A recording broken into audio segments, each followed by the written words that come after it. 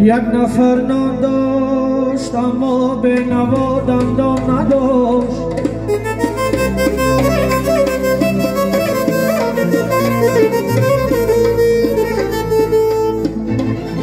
یک نفر نان داشت اما به نوا دندان نداشت. آن یکی بیچاره دندان داشت اما نان نداشت.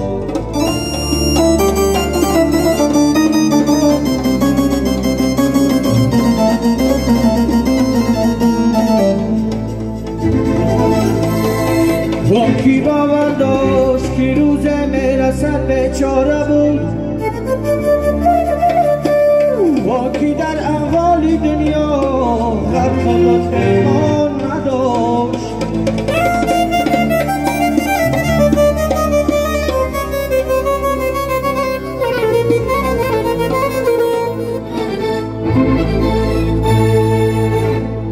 ای مادر میگه بچم شیده شا بچه،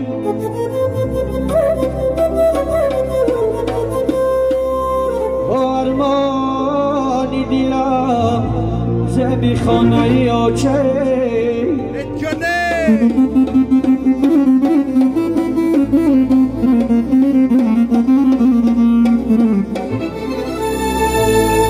ای بچه را بینه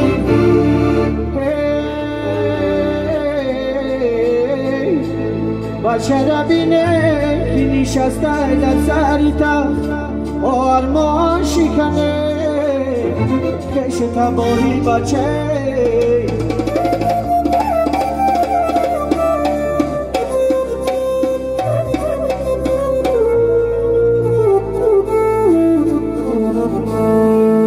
آرمان شکنه کش تباری بچه. بازم توی خرسندی مبارک باشد. قربانی هم شما.